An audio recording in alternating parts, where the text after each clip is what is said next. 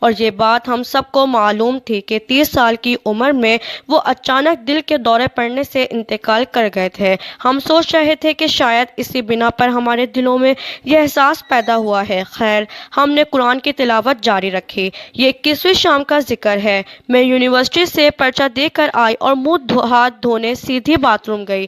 وہاں میری نظر فلش کے نیچے پڑے خون پر پڑی، جو ایک ڈھیر کی صورت میں پڑا تھا۔ غیر ارادی طور پر میری چیخ نکل گئی۔ امی کو جا کر بتایا تو وہ میرے ساتھ اندر آئیں۔ فلش کی ٹنکی کے نیچے خون دیکھ کر امی اور میں گھبرا گئے۔ یوں بھی گھر میں ہم 3 ہی افراد تھے۔ ابو دفتر سے لوٹے نہیں تھے۔ ہم لوگ ڈر گئے۔ ایسا لگ رہا تھا کہ کسی نے دانستہ یہ خون یہاں ڈالا ہے۔ ہم دونوں ماں بیٹی گھر کو تالا لگا کر خالہ کے گھر چلے گئے اور ان کو سارا حال بتایا۔ ایک مولانا خالہ کے گھر کے قریب رہتے تھے، وہ ہمیں ان کے پاس لے گئیں۔ ہم نے انہیں جب سارا